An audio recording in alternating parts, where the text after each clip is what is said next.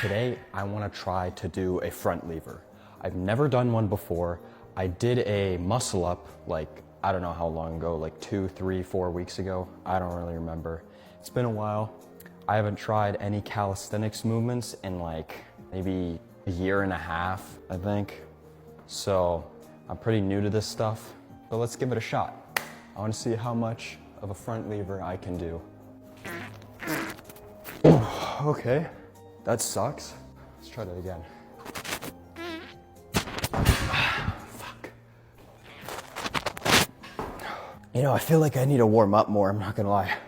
My lower back and core is pretty cold. And I'm pretty sure that's how you set up a front lever, right?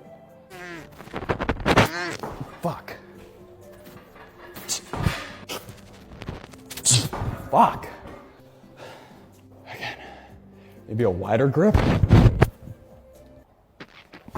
That kind of helped. That was a little bit better. But man, I cannot hold that. Nope, I cannot. One more. Nope, absolutely not. Well, I tried my best. I didn't really get that far. I'll keep working on it here and then whenever I feel like it, but those are all my attempts.